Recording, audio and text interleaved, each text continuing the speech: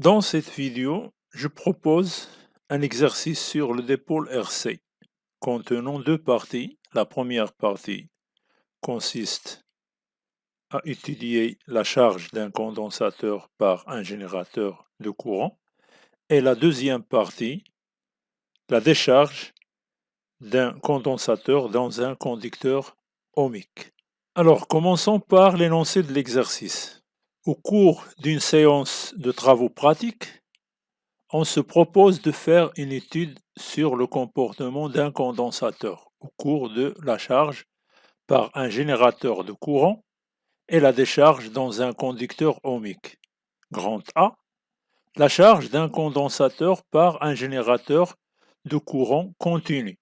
On considère un circuit électrique comportant en série un générateur de courant continu est égal à 2 mA et un condensateur de capacité C est égal à 100 microfarad.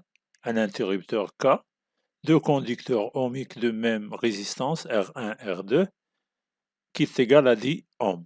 Initialement, le condensateur est de charge vide et à T0 est égal à 0 secondes, on bascule K en position 1.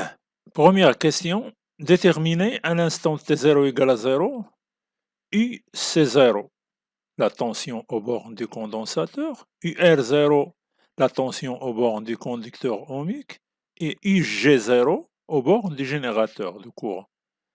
Deuxièmement, à l'instant T1 est égal à 4 millisecondes, on arrête la charge du condensateur en ouvrant l'interrupteur K, position 0, déterminer la charge Q à l'instant T1 du condensateur, la tension UC à l'instant T1 aux bornes du condensateur, l'énergie emmagasinée EE à l'instant T1 dans le condensateur, et 3. Calculer l'énergie EJ dissipée par effet Joule dans le conducteur ohmique pendant la durée delta T est égale à T1 moins T0. Et deuxièmement, calculer R, le rapport d'énergie totale EE T1 emmagasiné dans le condensateur sur l'énergie totale E cédée par le générateur pendant la durée delta T. Conclusion. Troisième question, que se passe-t-il si on continue à charger le condensateur sans arrêt? Alors, grand B, la décharge du condensateur dans un conducteur ohmique.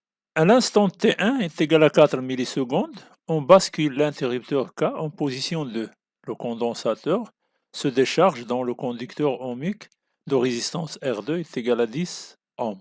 Premièrement, indiquer le sens réel du courant de la décharge, le signe de I de T et le sens de circulation des électrons porteurs de charge. Deuxième question, au cours de la décharge, établir l'équation différentielle vérifiée par UC de T, la tension aux bornes du condensateur.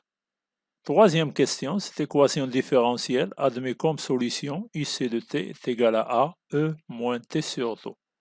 Déterminer les expressions de A et τ et calculer leurs valeurs.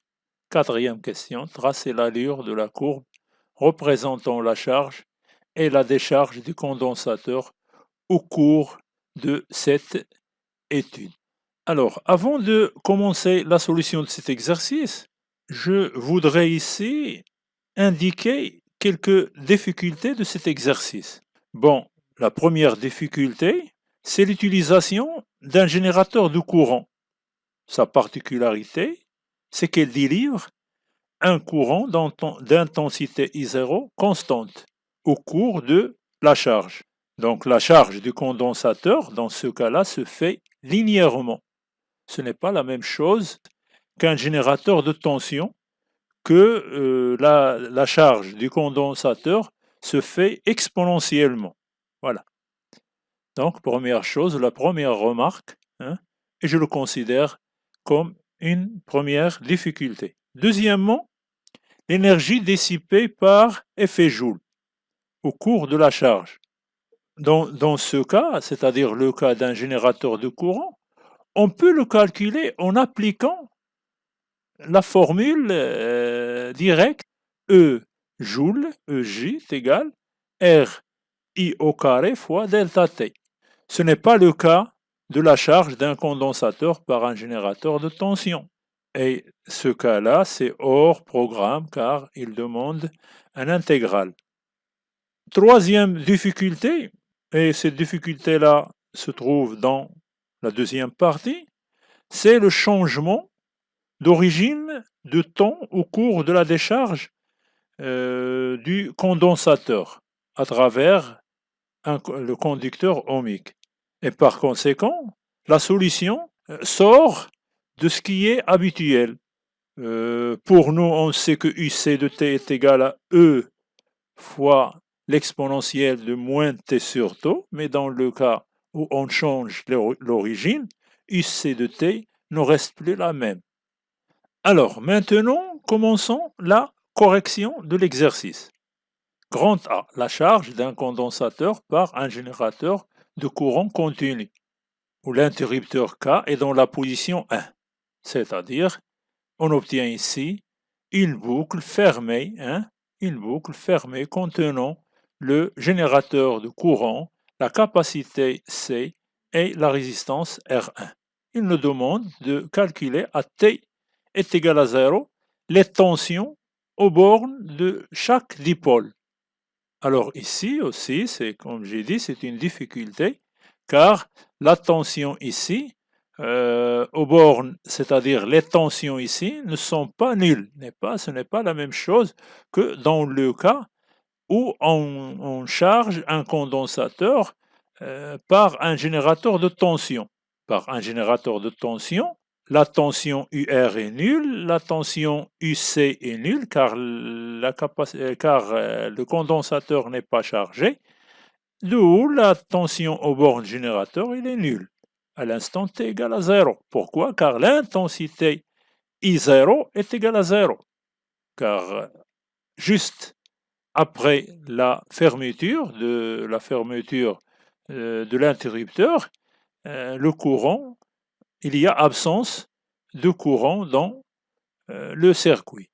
Dans le cas d'un générateur de courant, alors regardons un petit peu.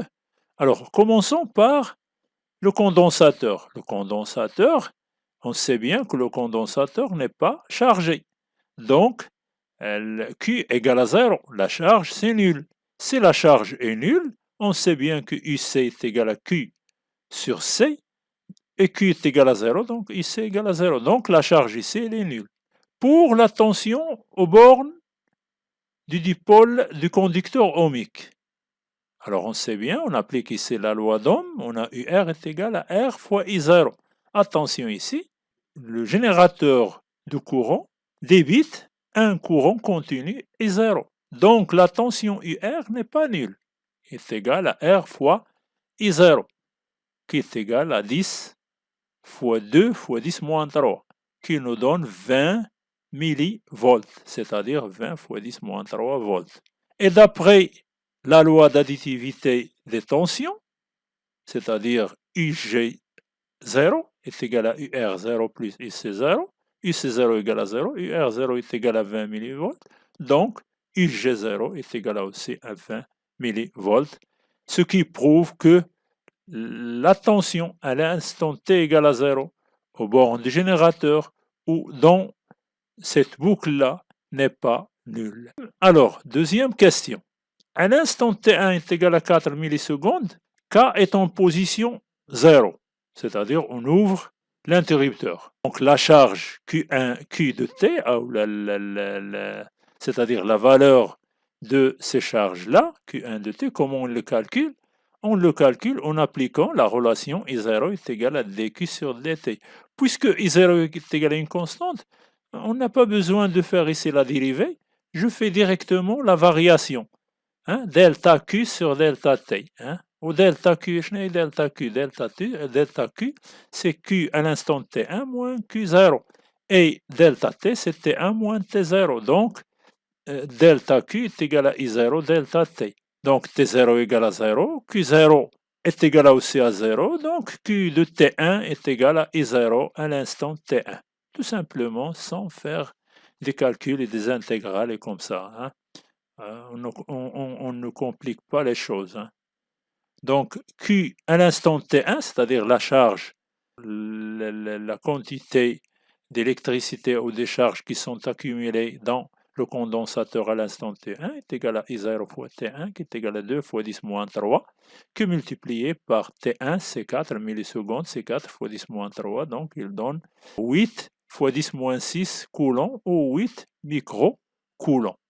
De 2, la tension aux bornes du condensateur à l'instant T1. On sait que Q à l'instant T1 est égal à C fois UC à l'instant T1, donc UCT1 est égal à Q de T1 sur C. Donc UC à l'instant T1 est égal à 8 fois 10 puissance moins 6 sur 100 microfarads, qui est égal à 100 fois 10 moins 6, qui nous donne 8 sur 100, c'est 0,08 volts, c'est 80 millivolts. Maintenant, l'énergie emmagasinée dans le conducteur à l'instant T1, donc l'énergie, on sait bien que la relation de l'énergie qu'on a vue dans les dernières vidéos, EE de T1 est égal à 1 demi C fois UC au carré. Donc EE de T1, c'est-à-dire l'énergie électrique ou l'énergie emmagasinée dans le condensateur, est égal à 1 demi c'est 0,5 multiplié par 10 moins 4, c'est la capacité. Hein, multiplié par UC au carré, c'est 0,08 au carré qui nous donne 0,32 microjoules. C'est l'énergie qui est emmagasinée dans le condensateur à l'instant T1. Alors maintenant, l'énergie dissipée par effet Joule dans le conducteur ohmique, puisque l'intensité est constante, donc je l'applique directement la formule qu'on a vue aux premières années du baccalauréat. EJ est égal à RI0 au carré fois delta T. Bon, delta T c'est T1, car delta T c'est T1 moins T0 c'est T1. R c'est 10, I0 c'est 2 fois 10 moins 3. Le tout au carré, donc il nous donne 0,16 microjoules. Remarque ici, cette remarque-là, que j'ai déjà déclarée au début de la solution, dans le cas où on utilise un générateur de tension, on parle de la puissance dissipée, tel que PJ est égal à R1 fois I au carré. Donc PJ, c'est-à-dire la puissance instantanée dissipée par effet Joule, est égal à D de J sur dt. Donc I est égal à RI de T au carré, avec IT est égal à I0 E moins T sur tau. Donc vous voyez bien ici, c'est hors programme ça. Pour calculer IG, on doit le faire à l'aide d'une intégration entre T1 et entre T0 et T1. Maintenant, nous calculons le rapport R, hein, c'est le rendement de ce phénomène-là. Alors, le rendement R est égal à EE de T1 sur, c'est-à-dire l'énergie emmagasinée dans le condensateur à l'instant T1 sur l'énergie totale. Qu'est-ce que c'est que l'énergie totale? C'est l'énergie emmagasinée à l'instant T1 plus l'énergie dissipée par effet Joule. Donc, R est égal à EE de T1 sur EE de T1 plus EJ de T1, c'est 0,32 sur 0,32 plus 0,16 qui est égal à 0,67. Donc, R est égal à 0,67, ça veut dire 67%. Attention ici, c'est 0,67. Le condensateur emmagasine 67% de l'énergie totale fournie par le générateur. Donc on voit bien ici que la résistance consomme une partie d'énergie. C'est-à-dire qu'il y a une perte d'énergie par effet Joule. Donc toute l'énergie ne sera pas tout à fait emmagasinée, qui est donnée par le générateur ne sera pas totalement emmagasinée dans le condensateur. Bon, question 3, si on continue à charger le condensateur sans arrêt, alors le condensateur dans ce cas, il sera détérioré, qu'on ne peut plus l'utiliser. Pour le décharger, il nous faut à peu près 10 minutes. Mais si vous laissez un temps très long, donc le condensateur sera détérioré. Bon, passons maintenant à la partie B, la décharge du condensateur dans un conducteur ohmique. Bon, à T1 est égal à 4 millisecondes, le condensateur est chargé. Lorsqu'on bascule l'interrupteur à la position 2, donc on obtient ici aussi une boucle fermée, formée par constituée par deux éléments de dipôle, condensateur et est conducteur ohmique. Et le condensateur ici se décharge à travers le conducteur ohmique. Alors n'oubliez pas que UC à l'instant T1 est égal à 0,08 volts. Alors le sens réel de la décharge. Alors le sens réel de la décharge, on va l'obtenir et aussi on cherche le signe de I de T, le sens de circulation des électrons. Pour montrer le sens réel de la charge, c'est qu'on va partir de cette relation-là. C'est qu'on sait que I de T est égal à dQ sur dt. L'intensité, c'est la dérivée de la charge instantanée par rapport au temps. Au cours de la décharge du condensateur, qu'est-ce qu'ils font les charges? Les charges, c'est-à-dire les porteurs des charges, ici les électrons, diminuent. Donc, puisqu'ils diminuent en fonction du temps, c'est-à-dire que Q de T est une fonction décroissante.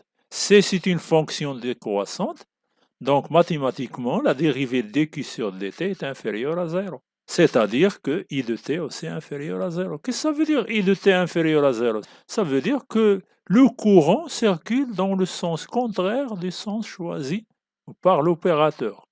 Donc le sens réel, il est dans le sens contraire. Qu'est-ce que ça veut dire le sens contraire? C'est le sens contraire de I de T qui est choisi ici. Et le signe de I de T, elle est négatif. Le sens de circulation des électrons ont le même sens que I de T. Alors, deuxième question, l'équation différentielle vérifiée par IC de T. Donc, on va appliquer ici la loi, d'additivité des tensions. Bon, on a dit que on a une boucle fermée, donc la somme des tensions est nulle. Ça veut dire que UC plus UR est égal à 0. Donc, UC plus UR égale à 0, puisque UR est égal à R fois I de T, et U de T est égal à C fois D de UC sur dt, donc UC plus RC, D de UC sur dt est égal à 0. Donc, on divise le tout par RC, on aura l'équation différentielle dans cet ordre-là, D de UC sur dt plus 1 sur RC fois UC égale à 0. La solution de l'équation différentielle, donc dans l'énoncé, il nous donne que cette solution est de la forme de AE moins T sur taux. Alors, on détermine premièrement l'expression de taux. Pour déterminer l'expression de taux, on va porter cette solution-là dans l'équation différentielle. Donc, on va chercher la dérivée d de UC sur dt qui est égale à moins A sur taux au moins T sur taux. Cette solution dans l'équation différentielle, on a A E moins T sur taux, facteur de moins 1 sur taux plus 1 sur RC. Ici, il y a égal à 0. Donc, ça se voit bien que le produit ou l'expression RC est égal à taux. Qu'est-ce que c'est que cette taux-là? C'est la constante du temps. En le calculant, c'est 10 fois 100 fois 10 moins 6 qui est égal à 1 milliseconde. Maintenant, en cherchant l'expression de A T est égal à T1. Donc, pour nous, la deuxième phase, ou la deuxième étape, ça commence à T1. C'est l'origine, c'est-à-dire c'est à l'instant T1 que commence la décharge. Donc, à T est égal à T1, on a UC de T1 est égal à grand U1 qui est égal à 0,08 volts. Et d'après la solution, on a U1, si on remplace ici ça dans la solution, on a U1 est égal à E moins T1 sur taux. Nous, on cherche A, donc A à quoi est égal? A est égal à U1 sur l'exponentielle de moins T1 sur taux. Alors, l'exponentiel, on le met au numérateur, donc il devient E T1 sur taux. Donc, A est égal à U1 exponentielle T1 sur taux, qui est égal à 0,08 fois l'exponentielle de 4 millisecondes sur 1 milliseconde. Le tout est égal à 4,36.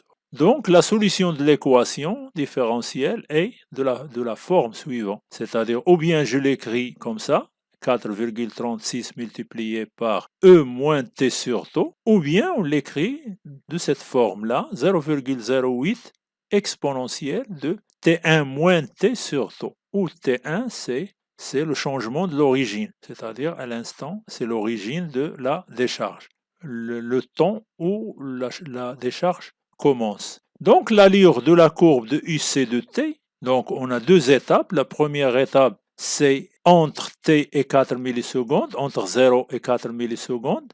On a ici de t est égal à qt sur q à l'instant t sur c, qui est égal à i0 fois t sur c, car qt est égal à i0 fois t. Si je fais ici le calcul, je trouve 20 fois t. C'est 20 fois t.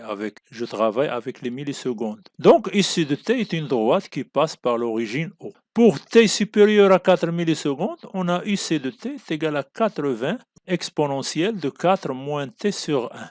Est une fonction décroissante positive, c'est-à-dire qu'elle décroît exponentiellement lorsque t tend vers l'infini ici.